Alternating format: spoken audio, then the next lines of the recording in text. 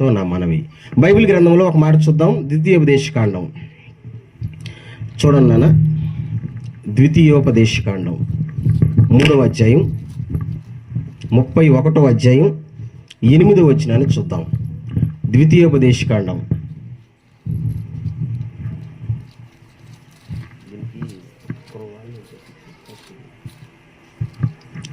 ద్వితీయోపదేశకాండం 31వ అధ్యాయం 8వ వచనం. స్పీడ్గా మీరు చదువుతూ ఉండాలని మనం చేస్తున్నాం. తీసేవాళ్ళు ఎవరైనా తీస్తే టక్కన చదివినా, నీ ముందర నడుచువాడు యెహోవా, ఆయన నీకు తోడై ఉండును, ఆయన నిన్ను విడువడు, నిన్ను ఎడబాయడు, భయపడకుము. స్పీడ్ బ్రేకర్ వస్తే ఆగిపోద్దా బిడ్డ?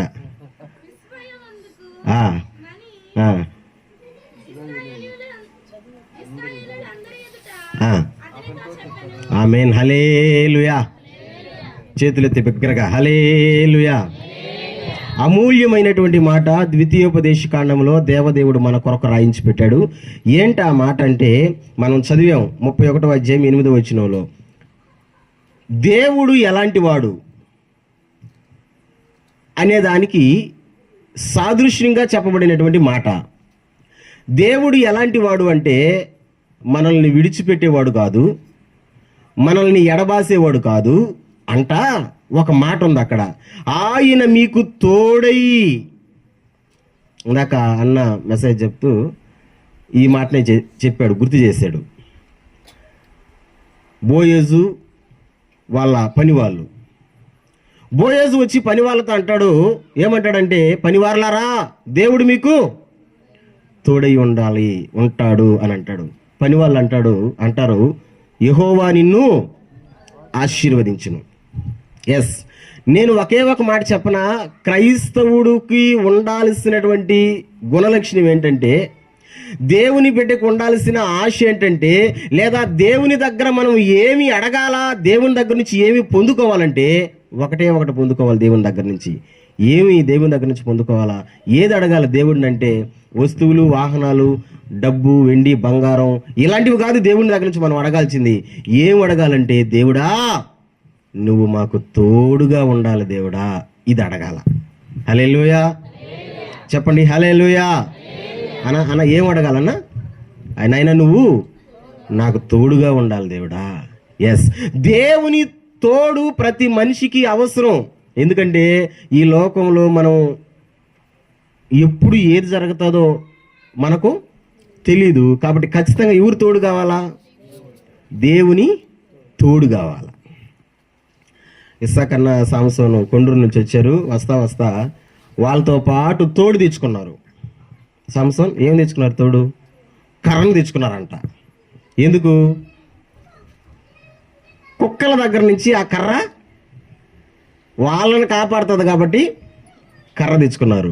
ఎస్, నేను ఎందుకు చెప్పానంటే, దేవుడు తోడుగా ఉంటే మనలను ఆయన కాపాడుతాడు. ఎలాంటి పరిస్థితుల్లో కూడా ఆయన విడిచిపెట్టడు. కొన్నిసార్లు మీరు అనుకుంటారు, నాకు పలానోళ్ళు ఉండారులే, ఏమొచ్చినా చూసుకుంటారులే అని మీరు అనుకోవచ్చు. కానీ మనుషులు ఎప్పుడు కూడా మనకు అందుబాటులో ఉండలేరు కూడా. సంఘము పూర్తిగా సేవకుని మీద ఆధారపడిపోయింది అనుకో, సేవకుడు ఉంటాడమ్మా. ఒక్కొక్కసారి ఎక్కడ ఉంటామో తెలీదు. నేను అదే చెప్తాను, మనము దేవుడు తోడు మనకు అవసరం. దేవుడు మనకు తోడుగా ఉండాలని ఈరోజు మనం కోరుకోవాలా. నేను అదే చెప్తున్నాను, దేవుడు తోడుగా ఉంటే మనం పరిస్థితులు ఎలా ఉన్నా సరే దేవుడు మనలను కాపాడతాడు. దేవునికి స్తోత్రం. మనసారా చెప్పండి, దేవునికి స్తోత్రం. దేవుడు తోడై ఉన్నటువంటి ఒక మనిషిని గురించి ఈ రాత్రి మనం ధ్యానం చేస్తాం. బాగా వినాలి. దేవుడు తోడై ఉన్నటువంటి ఒక మనిషి, ఆయన ఎవరో కాదు, ఆయన పేరే దావీదు. మీ పాస్టర్ గారి పేరు కూడా ఆ పేరే, కానీ తెలుగులో నాటుగా ఉందని దావీదని ఇంగ్లీష్లోకి మార్చారు దాన్ని. ఇంగ్లీష్లో ఏంది? డేవిడ్. మీరు అనుకుంటే డేవిడ్ అంటే ఏమనుకుంటున్నారేమో. కాదు, డేవిడ్ అంటే ఎవరు? దావీదు. నేను ఈరోజు దావీదుని గురించి నేను మాట్లాడాలని నేను అనుకుంటున్నా. దావీదుకి దేవుడు తోడుగా ఉన్నాడు. నాన్న బాగా వినండిరా. దావీదు జీవితంలో శ్రమలు వచ్చాయా రాలేదా? మరణము దగ్గరకు వచ్చిందా రాలేదా? అపాయాలు వచ్చాయా రాలేదా? ఏది మీకు తెలిసిన ఏదన్నా 1-2 చెప్పండి. దావీదుకి దగ్గరగా వచ్చినటువంటి అపాయాలు లేదా మరణాలు. అసలు మరణాలు వచ్చాయా? దావీదు దగ్గరికి ఏది రాలా? చెప్పగలరా 1-2? ఏదైనా 1-2 వచ్చిన అపాయాల గురించి. అంటే దావీదు మీదకి ఏమన్నా అపాయాలు వచ్చాయా రాలేదా అని అంటున్నా. సూపర్. నవీను ఒక మాట ఎత్తిచ్చాడు. సౌలు రూపంలో దావీదుకి ప్రమాదం వచ్చింది. సౌలు ఎవరు? రాజు. ఒక రాజు గొర్రెలు కాచుకునే ఒక వ్యక్తిని చంపాలని చూస్తున్నాడు. చెప్పండి, చంపాడా చంపలేదా? చెప్పాలరా. చంపాడా చంపలేదా? చంపలేదు. రాజే చంపలేకపోయాడు. ఏమై ఉంటుంది కారణం? దేవుడు తోడుగా ఉన్నాడు కాబట్టి రాజు చంపలేకపోయాడు. బలి అందించావు. ఇంకేదైనా సందర్భం చెప్పగలరా? ఇంకేదైనా మరణం వచ్చిందా? ఇంకేదైనా అపాయం వచ్చిందా దావీదు మీదకి? ఆలోచించండి. ఏదైనా వచ్చిందా రాలేదా? ఏమొచ్చింది?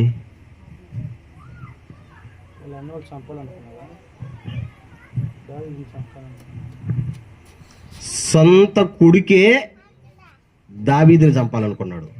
కొడుకు పేరు చెప్పండి. అయ్యా చెప్పండి. మా నాన్న చంపేస్తే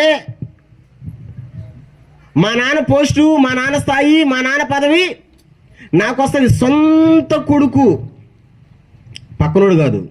చాలామంది ఉంటారు కదా ఈ రోజున. చంపిరా మనుషులు మళ్ళీ చంపుకోవడంలా, డబ్బుల కోసం, పదవుల కోసం, ఆస్తుల కోసం. అలాగే సొంత కొడుకే. ఇంకేమన్నా గుర్తొచ్చిందా? ఇంకేమన్నా? అపాయం సింహం రూపంలో వచ్చింది.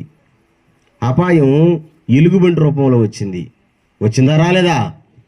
ఎలాంటి రూపంలో అపాయము దావీదు మీదకు వచ్చినా దావీదుని, నా భాషలో చెప్పాలంటే నాటు భాషలో కొంచెం ఏం చెప్తారు మీరు ఇప్పుడు? దావీదుని వెంట్రుకు కూడా పీకలేకపోయింది. హల్లెలూయా. రాజు ఏమి చేయలేకపోయాడు. సొంత కడుపులో పుట్టినటువంటి తన కుమారుడు ఏం చేయలేకపోయాడు. సింహం ఏం చేయలేకపోయింది. ఎలుగుబంటి ఏం చేయలేకపోయింది. ఎవరు ఏం చేయలేకపోయారు. ఎందుకు ఏం చేయలేకపోయారంటే దావీదుకి మనుషులు కాదండి తోడుగా ఉండేది. దావీదుకి ఎవరు తోడుగా ఉన్నారు? దేవుడు తోడుగా ఉన్నాడు. ఒక మంచి ఆశీర్వాదం చెప్తా, రెడీగా ఉండండి. ఎందుకు? ఒక మంచి ఆశీర్వాదం చెప్తా, రెడీగా ఉండండి. దేవుడే గనక నీకు తోడుగా ఉంటే, దేవుడే గనక నీకు తోడుగా ఉంటే ఈ భూమి మీద ఉన్న మనుషులే కాదు, అపవాది కూడా నిన్ను ఏమి చేయలేడు. నచ్చలా మీకు అది? అపవాది కూడా ఏమి చేయలేడు. ఎప్పుడు చేయలేడంటే ఎవరు తోడుగా ఉండాలా? దేవుడు తోడుగా ఉండాలా. నేను అదే ఆలోచన చేస్తూ ఉన్నా. ప్రభువా, దావీదు మీదకి ఇంతలాగా వచ్చే కష్టాలు, దావీదు మీదకి ఇంతలాగా వచ్చింది, మరణమే ముందరకు వచ్చి నిలబడింది. ప్రభా ఏమని ప్రభా అంటే దావీదుకి నేను తోడుగా ఉన్నాను అంటాడు. నేను అదే చెప్తున్నాను. ఆ దావీదుకు తోడుగా ఉన్నటువంటి దేవుడే ఈ దావీదుకు కూడా తోడుగా ఉంటాడు. దేవునికి స్తోత్రం. గట్టిగా స్తోత్రం. ఈ దావీదుకు మాత్రమే కాదు, ఈ వాక్యం వింటున్న మనందరికీ కూడా దేవుడు తోడుగా ఉంటాడు. ఇంకొంచెం లోతుకు పోదాం. దేవుడు మనకు తోడుగా ఉండాలి అంటే దావీదులో ఉన్నటువంటి మంచి గుణ లక్షణాలు మనలో కూడా ఉండాలి. ఇప్పుడు దావీదుకి దేవుడు తోడుగా ఉన్నాడంటే దావీదులో మంచి గుణ లక్షణాలు ఉన్నట్టా లేనట్టా? ఉంటేనే కదా దేవుడు తోడుగా ఉన్నాడు. మరి ఆ లక్షణాలు మనలో కూడా ఉంటే మనకు కూడా దేవుడు తోడుగా ఉంటాడు. రైట్. దేవుడు తోడుగా ఉంటే మనల్ని ఎవరు ఏమి చేయలేరు. మరణము కూడా మన ముందరకు వచ్చినా మన దగ్గర అది ఓడిపోతుంది. మరి దావీదుకు తోడుగా ఉన్నటువంటి దేవుడు మనకు కూడా తోడుగా ఉంటాడు. ఎప్పుడంటే దావీదులో ఉన్నటువంటి గుణ లక్షణాలు మనలో కూడా ఏమున్నాయి దావీదులో గుణలక్షణాలు? టక టక టక అని 3 మాటలు నేను మీకు చెప్తా, చాలా జాగ్రత్తగా వినండి. ఈ 3 ప్రతి సంఘంలో ఉండాలా, ప్రతి కుటుంబంలో ఉండాలా, ప్రతి క్రైస్తవుడి జీవితంలో ఉండాలా. ఇప్పుడు చెప్పే 3. నెంబర్ 1, దావీదులో ఏమున్నదో తెలుసా? ఒకసారి ఆ మాట చూద్దాం. 2వ సమూయేలు గ్రంథం 7వ అధ్యాయం. 2వ సమూయేలు గ్రంథం 7వ అధ్యాయం 5వ వచనం. బైబిల్ ఉన్న వాళ్ళు తిప్పండి నాన్న, చదువు రాకపోయినా తిప్పండి, ఊరికి మూసి పెట్టుకోకూడదా. 2వ సమూయేలు గ్రంథం 7వ అధ్యాయం 5వ వచనం. 7:5. ఇంతసేపు తిప్పుతున్నారా? 7వ అధ్యాయం 5వ వచనం.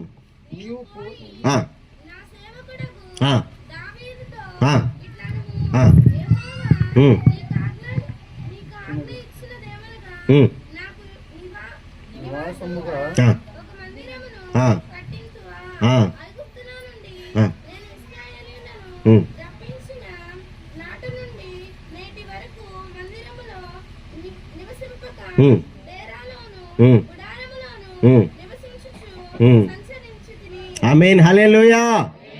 మనం బాగా వినాలి. దావీదుకి మంచి ఒక ఆలోచన వచ్చింది. ఏంది ఆలోచన వచ్చిందంటే, అరే నేను గొర్రెల దొడ్డులో గొర్రెలు కాచుకునేవాడిని, మా నాన్న నన్ను ఎందుకు పనికిరాడు అన్నాడు. ఎవరు నాన్న? దావీదు వాళ్ళ నాన్న. పేరు చెప్పగలరా ఎవరైనా? దావీదు నాయన ఎవరు? ఓయమ్మ, దావీదు నాయన ఎవరు? పోలీస్ స్టేషన్లో ఒక ఆయన ఉంటాడే, ఆయన పేరుకు తెలుసుకోండి, ఈయన పేరు వచ్చేస్తుంది. పోలీస్ స్టేషన్లో ఉండేది ఎస్ఐ, ఈయన పేరు యెషయా. ఇప్పుడైనా చెప్పండి, దావీదు నాయన పేరు ఏం పేరు? యెషయా. యెషయా కొడుకులు ప్రయోజకులందరినీ రాజు కొలువులో పెట్టి ఈడు ఎందుకు పనికిరానోడని, ఎవరు ఎందుకు పనికిరానోడని ఎక్కడ తీసుకొచ్చి పెట్టారో తెలుసా? గొర్రెలు కాచుకునే కాడ. మీరు చెప్పండి, గొర్రెల కాడ, మేకల కాడ, బర్రెల కాడ పెట్టే బిడ్డలు ఎలాంటి బిడ్డలు? ప్రయోజకులా, పనికి మాలోలా? నిజంగానే తల్లిదండ్రుల దృష్టిలో పనికి మాలోడైతే వీడు కష్టం చేయలేడరా, వీడు ఏం చేయలేడరా, అందుకని వీడికి ఏం తోలిస్తాను? బర్రెలు కాడ పెడతా. చాలా మంది సార్ మన పిల్లకాయలను కూడా అడుగుతుంటాం, చూడండి, రే బడికి బాగపోయావనుకో నిన్ను ఎక్కడ పెడతా? రే మీరు అడుగున్నారా మిమ్మల్ని ఎవరైనా? బడికి బాగపోతే మేకల కాడ పెడతా, బడికి బాగపోతే గొర్రెలు కాడ పెడతా. ఎందుకంటామాట? ఎందుకంటామంటే దేనికి పనికిరానుల్ని ఇక్కడ పెడతారన్నమాట. ఇప్పుడు దావీదు వాళ్ళ కుటుంబీకుల దృష్టిలో ఎట్టున్నాడంటే దేనికి పనికిరానుడుగా ఉన్నాడు. కానీ దేవుడు ఎన్నుకొని, దేవుడు పిలుచుకొని గొర్రెల దొడ్డిలో గొర్రెలు మేపుతున్నటువంటి దావీదుని మహారాజుగా దేవుడు సింహాసనం మీద కూర్చోబెట్టాడు. స్తోత్రం. కూర్చోబెట్టలేదా? ఇప్పుడు దావీదు అంటున్నాడు, నన్ను మహారాజుని చేసినటువంటి నా దేవునికి నేనేదో ఒకటి చెయ్యాలని ఆలోచించి ఆయన అంటాడు, నేను నా దేవుని కొరకు మందిరాన్ని కట్టిస్తా. వచ్చింది ఆలోచన దావీదుకి. ఏం ఆలోచన వచ్చిందంటే, నేను నా దేవుని కొరకు మందిరాన్ని కట్టిస్తా. కట్టించినోడు సొలొమోనే. దేవునికి మందిరాన్ని కట్టించినోడు సొలొమోనే, అంటే దావీదు కొడుకు. కానీ కట్టాలనే ఆలోచన ముందు ఎవరికి వచ్చింది? దావీదుకు వచ్చింది. అంటే దావీదు మనసు ఎలాంటి మనసు అంటే, దేవుని విషయాల మీద, దేవుని సంగతుల మీద మనసు పెట్టేవాడు. ఆలోచించండి, దేవుని విషయాల మీద, దేవుని సంగతుల మీద మనసు పెట్టేవాడు దావీదు. బిడ్డా, క్రైస్తవుడికి ఉండాల్సిన ఫస్ట్ క్వాలిటీ ఏంటో తెలుసా? దేవుడు నీకు తోడుగా ఉండాలంటే నువ్వు ఎలా ఉండాలో తెలుసా? నీ ఆలోచన ధోరణి దేవుని విషయాల మీద, దేవుని కార్యాల మీద మనసు పెట్టాల. మా మనుషులందరికీ మనసు ఉంటుంది, ఉంటుందా ఉండదా? హల్లెలూయా. నిద్రపోతున్న వాళ్ళందరూ చెప్పండి హల్లెలూయా. ఉండారు ఎందుకు లేరా? ఉన్నారు. మనుషులందరికీ మనసు ఉంటుంది, ఉంటుందా ఉండదా? నాకు ఒక మనసు ఉంటుంది, నీకు ఒక మనసు ఉంటుంది, ప్రతి ఒక్కరికి ఒక్కొక్కరికి ఒక్కొక్క మనసు ఉంటుంది, ఉంటుందా ఉండదా? ఒక్కొక్కరి మనసు ఒక్కొక్క దాని మీద ఉంటుంది, కరెక్టే కదా? కొంతమంది మనసు దేని మీద ఉంటుంది? పైసల మీద ఉంటుంది. కొంతమంది మనసు నగల మీద ఉంటుంది, చచ్చిపోయినా కానీ వాళ్ళకి ఏం కావాలా? కొంతమంది మనసు ఇల్లు పొలాల మీద ఉంటుంది. కొంతమంది మనసు రకరకాలుగా ఉంటుంది, అవునా కదా? ఒక్కొక్కరి మనసు ఒక్కొక్కలాగా ఉంటుంది.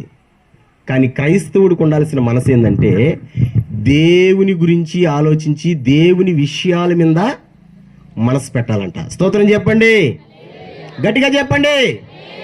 ఈ మాటను గుర్తుపెట్టుకొని కొలస్సీ పత్రిక రండి.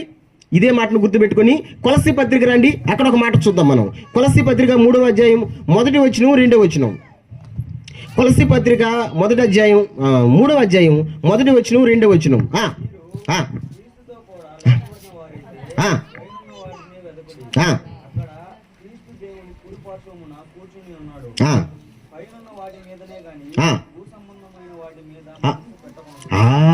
మీరు క్రీస్తుతో కూడా లేపబడిన వారైతే పైనున్న వాటిని వెదకండి, పైనున్న వాటి మీద మనసు పెట్టండి, పైనున్న వాటిని వెదకండి, పైనున్న వాటి మీద మనసు పెట్టండి.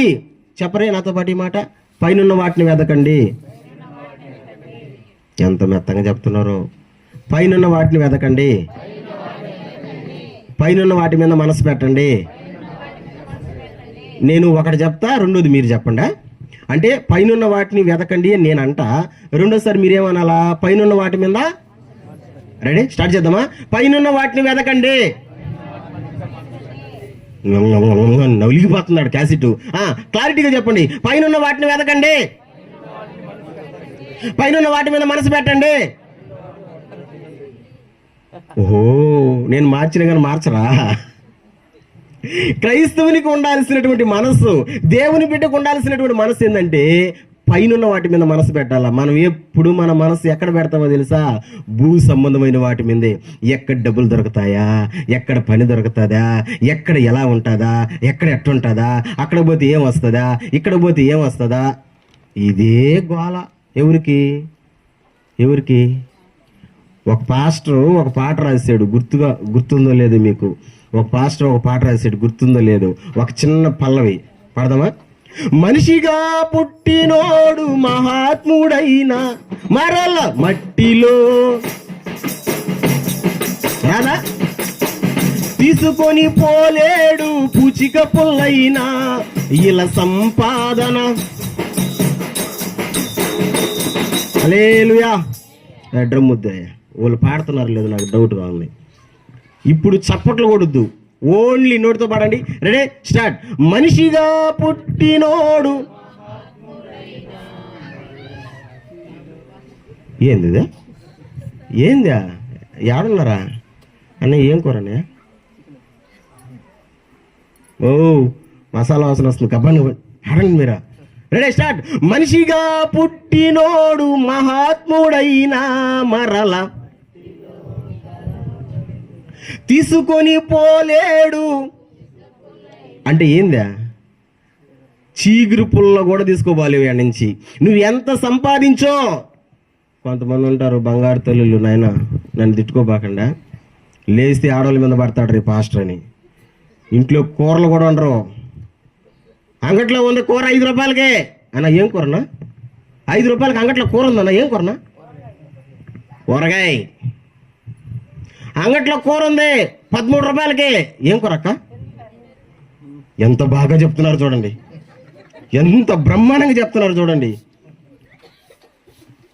ఏడ వండుతావయ్యా, ఏడ చేస్తావయ్యా, తెచ్చేయి, ఈ పూటకి తినేద్దాం. అటు తినే జబ్బులు వస్తున్నాయి. గ్యాస్ట్రిక్ ట్రబుల్ ఎందుకు వచ్చింది అనుకుంటున్నారు? ఎందుకు వచ్చింది? ఆ పనికి మనోడు వేస్ట్ని తయారు చేసి వేస్ట్ ద్వారా ఊరగాయ చేస్తాడు. మీకు తెలుసు? అది లిక్విడ్ వేసి పెరుగుని తయారు చేస్తాడు గడ్డగా. అది మీకు తెలుసా? అది అవి మనం తింటాం. అందుకనే ఇలా ఉన్నాం. ఎందుకంటే ఆ డబ్బులు కూడా దాచి పెడదాం. తెలుగులో ఒక సామెత ఉందక్క, అన్న బాగా వినండిరా, చిట్టుకోబాకండా. పాసిపల్లోడు సంపాదించి పెడితేనంట కాదు, మంచి పొల్లోడు తింటాడంట. ఇంకొకసారి చెప్పండి, ఎవరు ఏ పొల్లోడు సంపాదిస్తే? ఎందుకు పాసిపల్లోడు సంపాదించాడు? ఓడు పొలు దొంకుంటే 20 రూపాయలు బ్రష్ ఖర్చు, పేస్ట్ 10 రూపాయలు ఖర్చు. అందుకని దేంతో దోమా? బొగ్గుతో దోమా, ఎర్రమట్టితో దోమా. లేకపోతే దేవుడిచ్చిన చెట్టు ఉందగా, అందుకే నీకు సిగురులో అసిపి ఉండేది, అందుకే నీకు పొల్లు అరిగిపోయి ఉండేది, అందుకే ఊడిపోతుండేది. మీకు తెలియదా? డాక్టర్కి 100,000 పెడతారు కానీ పేస్ట్ 10 రూపాయలు కొనుక్కోరు. బ్రష్ ఎత్తుకొని పోయి అక్క రానిక్క ఓ రానిక్క పలకండే అక్క అయిపోయింది అక్క పేస్ట్ 1 రవ్వ పేస్టు చే సిగ్గు అనిపించడం అలా దాచిపెట్టే వాళ్ళు వీళ్ళందరూ. వీళ్ళు పాసిపోలు దాచిపెడితే ఎవరు తింటారో తెలుసా? ఓడు శుభ్రంగా కూర్చుని అబ్బా ఎంత బాగుందో. మీకు ఒక సత్యం చెప్తా బాగా వినండి. ప్రకృతి ముందా మనిషి ముందా? జంతువులు ముందా మనిషి ముందా? మాట్లాడండి. జంతువులు ముందా మనిషి ముందా? జంతువులే ముందు. ఏ జంతువైనా తన బిడ్డ కొరకు ఎత్తి పెడతదా? ఎత్తి పెడతదా అంటే సాకతది, కానీ ఎత్తి పెడతదా అని అంటున్నా. కానీ ఎత్తి పెట్టేది ఎవరు? మనకు దేవుడు ఏం చెప్తున్నాడు? పరలోక ప్రార్థనలు ఏమి నేర్పించాడు దేవుడు? మా అనుదిన ఆహారము అంటే ఈ రోజు కావాల్సింది ఈ రోజు ఇవ్వయ్యా. అది మనం క్రైస్తవుడు అలా ఉండాలి. కానీ అట్లా ఆలోచించరు, దాచి పెడతారు మనసంతా ధనం మీద. నేను అది అంటాను, నీ మనసు ధనం మీద ఉంటే దేవుడు నీకు ఎట తోడుకుంటాడు? చూడు, దావీదుకి దేవుడు ఎందుకు తోడుగా ఉన్నాడంటే దావీదు మనసు ఎవరి మీద ఉంది? దేవుని విషయాల మీద ఉంది. దేవుని కొరకు మందిరం కట్టించాలనుకుంటున్నాడు, కానీ దేవుడు ఒప్పుకోలేదులే. ఆయన బిడ్డ ద్వారా గడుచుకున్నాడు, కానీ దేవుని మీద మనసు ఉందంట లేనట. అందుకని కదా కొలస్సీ పత్రికల పౌలు అన్నాడు, పైనున్న వాటి మీదనే కానీ భూ సంబంధమైన వాటి మీద మనసు పెట్టుకోవద్దు. సంగమా, నీ మనసు దేవుని మీద ఉంటే దేవుడు నీకు తోడుగా ఉండునుగాక. ఇహలోక సంబంధమైన దాని మీద దేని మీద మనకు మనసు వద్దురా. ఎందుకంటే ఎంత సంపాదించినా రేపు పోయేటప్పుడు నీ చెవులో ఉన్న ఆ చిన్న నక్షత్రం రాకపోయినా, నీ ముక్కులో ఉన్న ఆ చిన్న నక్షత్రం రాకపోయినా ఏం చేస్తారో తెలుసా? ఏం చేస్తారో దాన్ని కోసైనా తీసుకుంటారు. రేపు మనం పోయేటప్పుడు మన మనసు ఇహలోక సంబంధమైన మనసు కాదు. చెప్పండి చెప్పండి, మన మనసు దేవుని మీద ఉండాలి. దావీదు మనసు దేవుని మీద ఉంది, అందుకనే దేవుడు దావీదుకి తోడుగా ఉన్నాడు. స్తోత్రం చెప్పరే. 2వ పాయింట్లోకి వస్తున్నా, దావీదు దేవుడికి ఎందుకు తోడుగా ఉన్నాడు. 2వ పాయింట్లోకి వస్తున్నా, చాలా జాగ్రత్తగా వినండి. దావీదు 12 సంవత్సరాలప్పుడు యుద్ధం చేశాడు. మీకు తెలుసు, 12 సంవత్సరాలప్పుడు యుద్ధం చేశాడు. క్లూ కూడా ఇచ్చేస్తున్నా, టక్కని చెప్పేసిండి, ఓడిసి వెళ్తాం. చెప్పండి చెప్పండి, ఎవరు? అప్పుడు వయసు ఎంత? గొల్యాతు ఎలాంటోడు? గొల్యాతు ఎలాంటోడు? క్లారిటీగా చెప్పండి. గొల్యాతు ఎంత ఇత్తంట? 6 మూరల జానడు. బైబిల్లో అదే ఉంది, అన్ని చూపించమంటే చూపిస్తా. 6 మూరల, ఒకసారి ఊహించుకోండి, 6 మూరల జానడు అంటే అది తగలుతుందేమో. తగలదా? ఖచ్చితంగా తగలుతుంది. మరి 12 సంవత్సరాల పిల్లాడు అంటే ఓడెంత ఉంటాడు? చిన్న పిల్లడు. అంత చిన్న వయసులో గొల్యాతు మీదకి యుద్ధానికి వెళ్ళాడు. గొల్యాతు మీదకి యుద్ధానికి వెళ్ళి ఓడిపోలా. చెప్పండి చెప్పండి, గెలిచి వచ్చాడు. దేవునికి స్తోత్రం. గట్టిగా. యుద్ధానికి పోయేటప్పుడు బాగా వినాలి, యుద్ధానికి పోయేటప్పుడు గొల్యాతు దావీదుని భయపెట్టాడు. భయపెట్టాడా భయపెట్టలేదా? నాన్న చెప్పండి రా, భయపెట్టాడా భయపెట్టలేదా? ఏముని భయపెట్టాడు, ఎలా భయపెట్టాడు? ఒకసారి చూద్దాం ఆ మాటని. ఏముని భయపెట్టాడు, ఎలా భయపెట్టాడు? 1 సమూయేలు గ్రంథం 17వ అధ్యాయం. తీయండి. 1 సమూయేలు గ్రంథం 17వ అధ్యాయం 41 నుంచి చదువుకుంటా వద్దామా? 41 నుంచి చదువుకుంటా వద్దామా? 41 నుంచి.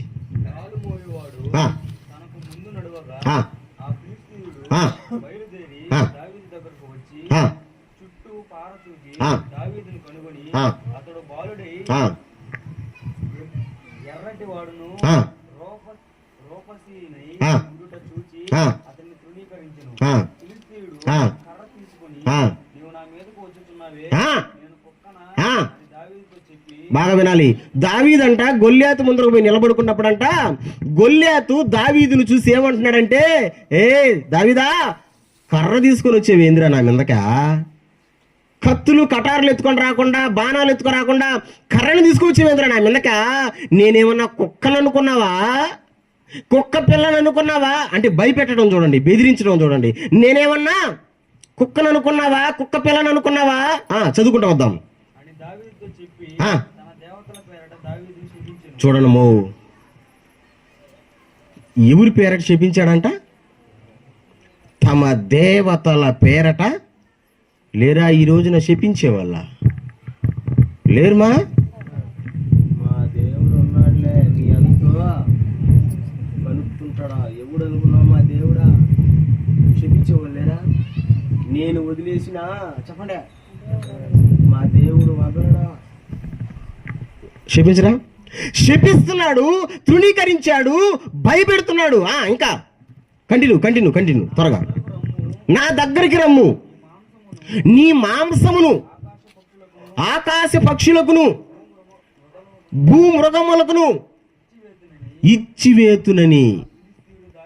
చూడము, నా దగ్గరకు రారా నువ్వు, నీ మాంసాన్ని ఆకాశ పక్షులకి చెప్పాలా, భూమృగాలకి వేసేస్తా, నిన్ను చంపి నీ మాంసాన్ని, మన భాషలో చెప్పాలంటే కాకులకి గద్దలకి వేసేస్తా రా అంటున్నాడు. భయపెడుతున్నాడు. ఎవరిని? దావీదుని భయపెడుతున్నాడు. మీకు తెలుసా, ఒక క్రైస్తవుని భయపెడతాడు సైతానుడు. తెలీదా? క్రైస్తవుని భయపెడతాడు సైతానుడు. నిన్ను చంపేస్తా, నీ రక్తం తాగేస్తా, నీ పీక కోసేస్తా, భయపెడతాడమ్మా. ఓడు భయపెడితే మనం భయపడిపోవచ్చా? ఇప్పుడు దావీదును గొల్యాతు భయపెట్టాడా, భయపెట్టలేదా? మాట్లాడితే కదా, భయపెట్టాడా, భయపెట్టలేదా? దావీదు భయపడ్డాడా? మరి క్రైస్తవుడు ఎందుకు భయపడాలా? నీ పక్షాన నా పక్షాన ఉండేది ఎవరో? శాతరానోడు శాతగానోడు కాదు, దేన్నైనా అంతు తేల్చగలిగిన సత్తా ఉన్న దేవుడు. గట్టిగా చప్పట్లు కొట్టండి. మనం ఆరాధిస్తున్న దేవుడు శక్తిమంతుడు. గట్టిగా చప్పట్లు. ఆయన చేతరానోడు శాతగానోడు కాదు. అంత గొప్ప దేవుణ్ణి కలిగి ఉన్నాం. మనం ఎందుకు భయపడాలా? నాకు తలకాయ నొప్పి వచ్చిందా, ఈ తలకాయ నొప్పితోనే పోతా నేను. ఎంత భయమో కదా. చిన్న జ్వరం వచ్చిందా, ఓ ఏమో నేను ఈ జ్వరంతోనే పోతాను. ఎంత భయమో. భయపడడం క్రైస్తవుడి లక్షణం కాదు. పెద్దలు ఒక మాట అంటుంటారు, అది నిజమో అనేది నాకు సరిగా క్లారిటీ లేదు, కానీ సమయం వచ్చింది కాబట్టి చెప్తున్నా. బైబిల్ అంట 365 సార్లు ఉందంట భయపడవద్దు అనే మాట. అంటే నేను లెక్క వేయలేదు కాబట్టి క్లారిటీగా చెప్పాల. నాకు తెలియదు చెప్పకూడదు కూడా. అంటే నేను లెక్కయిలా అన్నిసార్లు ఉన్నదా లేదని, కానీ ఉందంట 365 సార్లు. ఎందుకంటే రోజుకి, సంవత్సరానికి 365 రోజుల్లాగా రోజుకు ఒకసారి దేవుడు నిన్ను భయపడవద్దు అని చెప్తానే ఉన్నాడంట. కానీ మనం ఏం చేస్తాం? చీటికి మాటికి భయపడతాం. నేను అదే అంటానే, భయపడబాకండి. ఏ పరిస్థితి ఎలా వచ్చినా భయపడబాకండి. శద్రక్ మేషక్ అబేద్నెగోలు అక్కడ నిలబెట్టి రాజు అంటాడు, ఇదిగో నేను నిలబెట్టించిన బంగారు ప్రతి మొక్కుతావా, ఎత్తుకోపోయి అగ్నిగుండంలో వేసేయమంటావా అన్నాడు. వాళ్ళు అంటారు, ఏసీ మా దేవుడు మమ్మల్ని కాపాడతాడు. అట్టే ఉన్నాయి మాటలు అక్కడ కదా. ఏసీ మా దేవుడు మమ్మల్ని కాపాడతాడు. ఏసేసారు, ఎత్తుకోపోయినోడు చచ్చిపోయాడు, కానీ లోపల పడ్డ వాళ్ళు బతుకున్నారండి. అదేమి చిత్రం. ఏసిన వాళ్ళు 3 కానీ అగ్నిగుండంలో 4 ఉన్నారండి. అదేం విచిత్రమో. ఎందుకంటే భయపడకూడదు. సమస్య ఎంత పెద్దదైనా భయపడకూడదు. 12 సంవత్సరాలు అంటే నన్ను ఈ హైట్ ఉంటాడా? అంతే కదా. ఈ హైటోడికి ఎంత పెద్ద సమస్య ముందరకు వచ్చిందో చూడండి. గొల్యాతు రూపంలో నిన్ను చంపేస్తానంటున్నాడు. దావీదు ఏం చేశాడు తెలుసా? చూసుకుందాంరా, నువ్వు నన్ను భయపెడతావంటరా, చూసుకుందారని ఒడిశల్లో నుంచి ఒక రాయిని తీసి గిర్ర తిప్పి లాగి పెట్టి కొడితే, నష్టను కొడితే కింద పడి బాలపడ్డాడు. బాలపడిన తర్వాత ఓడి కత్తితో ఓడి తలకాయనే చెప్పండి నరికేశాడు. కత్తిలు ఎవరిచ్చారు అక్కడ? ఓడి కత్తితో ఓడి తలకాయనే నరికేశాడు. నేను ఒకటి అంటాను నానా, దావీదులో ఎంత విశ్వాసం ఉందో చూడండి. సింహము నుంచి కాపాడిన నా దేవుడు, ఎలుగుబంటి నుంచి కాపాడిన నా దేవుడు, ఇదిగో ఈ గొల్యాతు నుంచి కూడా కాపాడతాడు. పై వచ్చిన ఈ మాటలు ఉంటాయి. నా దేవుడు కాపాడతాడు. విశ్వాసంతో ముందుకు అడిగేశాడు. దేవుడు గొప్ప కార్యాన్ని చేశాడు. స్తోత్రం చెప్పండి, గట్టిగా చెప్పండి. నేను అదే అంట, క్రైస్తవులారా, దేవుని బిడ్డలారా, ఏ సమస్య వచ్చినా భయపడబాకండి, ఏ ఇబ్బంది వచ్చినా భయపడబాకండి. దేవుడు నాకున్నాడని విశ్వాసముతో అడుగేయండి. సముద్రాన్ని చీల్చిన దేవుడు నీ సమస్యను తీర్చలేడా? సముద్రాన్ని చీల్చలా? ఏం సముద్రం? ఏం పేరు దాని పేరు? ఎర్ర సముద్రాన్ని చీల్చిన దేవుడు నీ సమస్యను తీర్చలేడా? ఎరికో గోడలను కూల్చిన దేవుడు నీ సమస్యను కూల్చలేడా? కూలుస్తాడు. కానీ మనం భయపడకూడదు, విశ్వాసముతో ఎదుర్కోవాలా. అందుకే దేవుడు ఒక మంచి పేరిచ్చాడు మనకు, విశ్వాసులనే పేరిచ్చాడు. విశ్వాసముతో ఉంటే దేవుడు ఎంత గొప్ప కార్యమైనా. నిన్న సమూయేలు ఎస్తేరం ఇంట్లో కూడా ఇదే మాట చెప్పా, అదే కదా. దేవుడు కార్యం చేయాలంటే ఎట్లుండాలంటే సమీ చెప్పమ్మా, విశ్వాసం కలిగి ఉండాలా. ఒక మాట చూద్దామా? హెబ్రీ పత్రిక ఒక మాట చూద్దాం.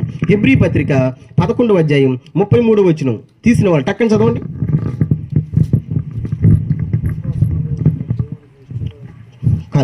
కాదు.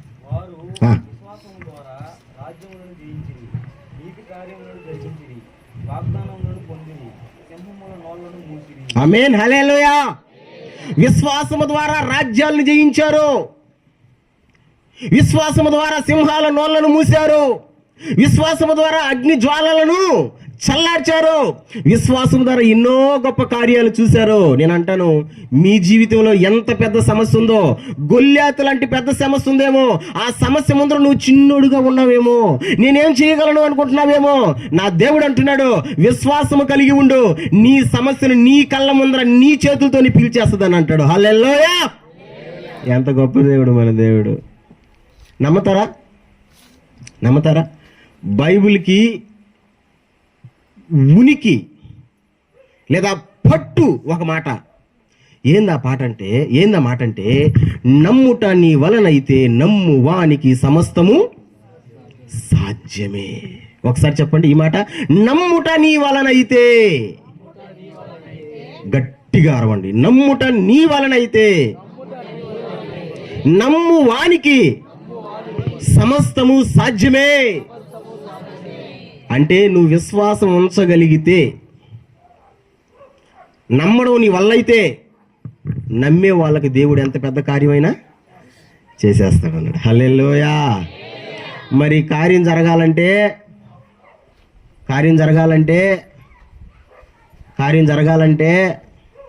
హైదరాబాద్కు పోవాలి మనం అందరమే. హైదరాబాద్లో ఒక పెద్ద చర్చి ఉందంట, టక్కని చెప్తారు చూడండి, ఇది మాత్రం గుర్తుంటుంది. ఆ చర్చి పేరు అదిగో ఏం టెంపుల్, అక్కడ ఒక పాస్టర్ ఉన్నాడంట. ఆ పాస్టర్ పేరు, మీ పాస్టర్ పేరు అటు చెప్పర్లే మీరు. విశ్వాసం చూడండి, ఎక్కడికి పోవాలంట, పోవాల్సిన అవసరం లే. మనోళ్ళు కొంతమంది బాతుంటారు, గుత్తి అవసరం లే. విశ్వాసం ఉంటే దేవుడు ఇక్కడే కార్యం చేస్తాడు, నీ ఇంట్లోనే కార్యం చేస్తాడు, నువ్వు ప్రార్థన చేస్తుండగానే కార్యం చేస్తాడు. ఆయన కార్యం చేయడం లేదంటే నీలో విశ్వాసంలే. విశ్వాసాన్ని చూస్తేనే దేవుడు కార్యం చేస్తాడు. నమ్ముట నీ వలనైతే. నేను అదే చెప్తా చాలాసార్లు, సమస్య వచ్చినప్పుడు డేవిడ్కి నేను చెప్పేది మాట, అనే భయపడబాకండ్రా. ఎందుకురా భయపడతారా? మన దేవుడు మనకు తోడుగా ఉండగా మనం భయపడాల్సిన అవసరంలే. బతికించాడా ఆయన పని చేద్దాం, చచ్చిపోతే బతికిచ్చాడా ఆయన పని చేద్దాం. విశ్వాసమే దేవుడు మన జీవితాలు చేసే గొప్ప కార్యం. విశ్వాసముతో అడిగేశాడు దావీదు. ఎంత పెద్ద గొల్యాతునైనా సరే జయించి రక్షణని తీసుకొచ్చి పెట్టాడు. స్తోత్రం చెప్పండి గట్టిగా. దావీదులో విశ్వాసం ఉంది కాబట్టి దేవుడు దావీదుకి తోడుగా ఉన్నాడు. రెండు చెప్పానుగా, దావీదుకి దేవుడు ఎందుకు తోడుగా ఉన్నాడు చెప్పండి. నెంబర్ 1 మర్చిపోయారా? నెంబర్ 1, ఒరే నాయన దావీదు మనసు దేవుని మీద ఉందమ్మా, దేవుని కార్యాల మీద ఉందమ్మా, దేవుని మీద ఉంది, అందుకని దేవుడు తోడుగా ఉన్నాడు. నెంబర్ 2, దావీదులో ఏముంది? విశ్వాసం ఉంది కాబట్టి దేవుడు తోడుగా ఉన్నాడు. లాస్ట్ అండ్ ఫైనల్ మూడవది, ఇది చాలా ప్రాముఖ్యం, చాలా జాగ్రత్తగా ఉండాలి. దావీదు తన జీవితంలో పెద్ద పెద్ద తప్పు చేశాడు. పెద్ద తప్పు చేశాడు. చెప్పగలరా ఆ తప్పేందో? పొరుగు వాడి భార్యను కోరుకోవడం లేదా ఆశించడం, తప్పు చేయడం. ఆ తప్పు కప్పిపుచ్చేదానికి ఇంకొక తప్పు చేశాడు. ఆ తప్పేంది? మనిషిని చంపేశాడు, నరహత్య చేశాడు. ఫస్ట్ తప్పుని కప్పిపుచ్చుకోవడానికి ఇంకొక తప్పు చేశాడు. దేవుడు నాతాన ప్రవక్తను పంపించాడు దావీదు కాడికి. పంపించి ఉపమానంగా చెప్పాడు, డైరెక్ట్గా చెప్పలా. ఎందుకంటే ఆయన రాజు అయిపోయి ఉన్నాడు అప్పటికి. ఎవరు? దావీదు రాజు అయిపోయి ఉన్నాడు. నాతాన ప్రవక్త వచ్చి ఉపమానం చెప్పాడు. భలే ఉంటుంది ఆ ఉపమానం. ఉపమానం చెప్పి ఆ ఉపమానంలో లాస్ట్లో, రాజా ఎవరిది న్యాయం రాజా అని అంటే, ఓడెవుడ్రా ఓడుకాడ అన్ని మేకలు అన్ని గొర్రెలుంటే వచ్చినోడికి ఓడి మేకల్లో నుంచి ఒక మేకని కోసి పెట్టకుండా, ఆ పొరుగుడింటాడు కొన్న ఒక్క మేక, ఓడి కవుగిట్లో పడుకునే ఒక్క మేకని తీసుకొచ్చి కోసి పెడతాడా? ఓడిని క్షమించకూడదు, ఓడిని చంపేయాలా అన్నాడు రాజు. ఇప్పుడు టక్కని నాతన ప్రవక్త అంటాడు, ఆ మనిషివి నీవే అన్నాడు. కొట్టాడు దెబ్బ, గుండె పగిలింది. ఆ గుండె పగలడం ఏం చేశాడు తెలుసా? 51వ కీర్తన రాశాడు. 51వ కీర్తన రాశాడు. ఆ కీర్తనలో ఏముంటుందంటే, దావీదు పశ్చాత్తాపపడిన మాటలు ఉంటాయి. హల్లెలూయా. ఏం మాటలు ఉంటాయి? కొంచెం గట్టిగా ఏం మాటలు ఉంటాయి? ఒక్క మాట మనం టచ్ చేద్దాం, ఖచ్చితంగా టచ్ చేయాలి. 51వ కీర్తన 1వ వచనం 2వ వచనం చూద్దామా? 1వ వచనం 2వ వచనం చూద్దామా? 51వ కీర్తన 1వ వచనం 2వ వచనం చూద్దామా?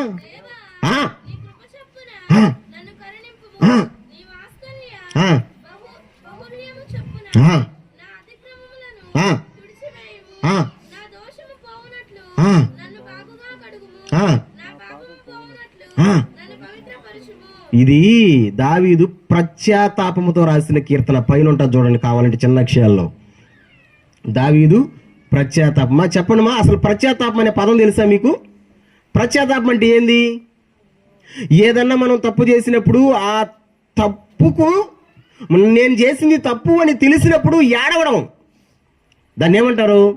పశ్చాత్తాపం. తెలుగులో ఒక మంచి మాట ఉంది, పశ్చాత్తాపానికి మించిన ప్రాయశ్చిత్తం లేదంట. తప్పు చేస్తాం, ఎందుకంటే మనుషులేం కదా, చేయమా? ఇందాక సోదరుడు ప్రేమ్ పాస్టర్ గారు మాట్లాడుతూ అదే మాట అన్నాడు. ఎందుకంటే ఏదో ఒక విషయంలో మనం తప్పు చేస్తాం. బైబిల్ రోమాపత్రిక 3:23 అదే మాట ఉంది. ఏందో తెలుసా? ఏ భేదము లేదు, అందరూ పాపము చేసి దేవుడు అనుగ్రహించే మహిమను పొందలేకపోతున్నారు అందరూ. కానీ చేసిన పాపానికి పశ్చాత్తాపపడేవాడే ధన్యుడు. చేసిన పాపానికి పశ్చాత్తాపపడి ఆ పాపాన్ని విడిచిపెట్టేవాడు ధన్యుడు. ఈ రోజున మనుషులు ఎట్ట తయారైపోయినారంటే, పాపం చేస్తారు, ఏడస్తారు, మళ్ళీ పాపం చేస్తారు. కంటిన్యూ. ఒక మనిషి దారిని పోతా ఉంటే వెనకనే ఈ సైకిల్లో ఒకడు గుద్దేనాడంట. గుద్దేసేసరికి వాడు కింద పడిపోయాడు. కింద పడిపోయి అన్నా సారీ అన్నా. సరేలే, ఏదో తెలియక పొరపాటు జరిగింది అనుకుని లేచిపోయినాడు. సరే అబ్బాయి నువ్వు పో అన్నాడు. మరి రోజు దూరం మాత్రం మళ్ళీ సైకిల్ వేసుకుని పోయి మళ్ళీ ఆ మనిషిని రెండోసారి గుద్ది. అన్నా మళ్ళీ తప్పు అయిపోయిందన్న, ఈసారి డౌట్ వచ్చింది. ఒరే ఒకసారి గుద్దాడు, సారీ చెప్పాడు, నేను క్షమించా. రెండోసారి కూడా గుద్దాడే. ఏందా? సరే రెండోసారి కూడా క్షమిస్తున్నా, మూడోసారి జాగ్రత్త. మళ్ళీ రొంత దూరం పోయాడు, మళ్ళీ ఆ మనిషిని మళ్ళీ మూడోసారి సైకిల్లో గుద్దాడు.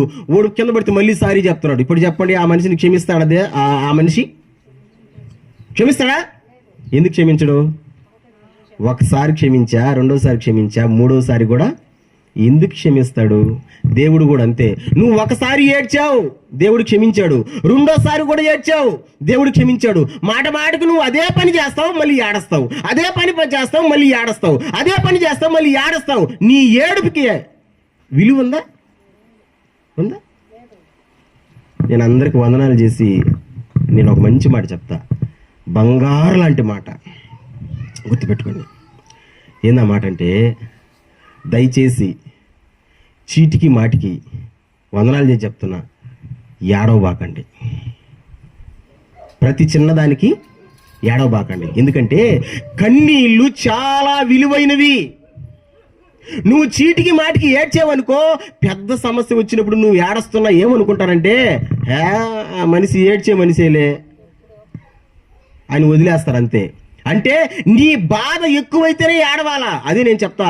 చీటికి మాటికి ఏడుస్తున్నావనుకో, ఏడ్చే మనిషే కదా, ఏడుచుకొనిలే అని వదిలేస్తారు. అందుకే నేను చెప్తున్నాను, ఏడ్చి మళ్ళీ పాపం చేస్తున్నావు, నాయనా నాతో తప్పు అంటున్నావు, మళ్ళీ పాపం చేస్తున్నావు. ఇంకెక్కడుందండి పశ్చాత్తాపం అక్కడ? కానీ దావీదు పశ్చాత్తాపడ్డాడు, తిరిగి మళ్ళీ ఆ పాపాన్ని చేయలే. ఎంత మంచి గుణ లక్షణాలు ఉన్నాయి చూడండి దావీదులో. ఏమేమి లక్షణాలు ఉన్నాయి? నెంబర్ 1,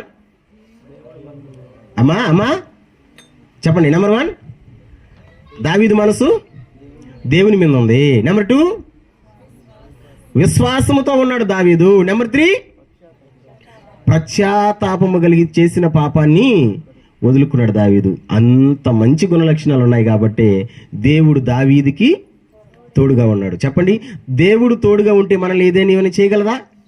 రాజు ఏమైనా చేయగలిగాడా? సొంత కొడుకు ఏమైనా చేయగలిగాడా? సింహం ఏమైనా చేయగలిగిందా? ఎలుగుబంటి ఏమైనా చేయగలిగిందా? గొల్లాత్ ఏమైనా చేయగలిగాడా? నేను కూడా అంటా, నిన్ను కూడా ఎవరు ఏం చేయలేరు. అంతే, దేవుడు తోడుగా ఉంటే. ఆ దేవుడు నీకు తోడుగా ఉండాలంటే దావీదులో ఉన్న 3 లక్షణాలు మీలో కూడా ఉండాలి. తల వంచండి, ప్రార్థన చేద్దాం.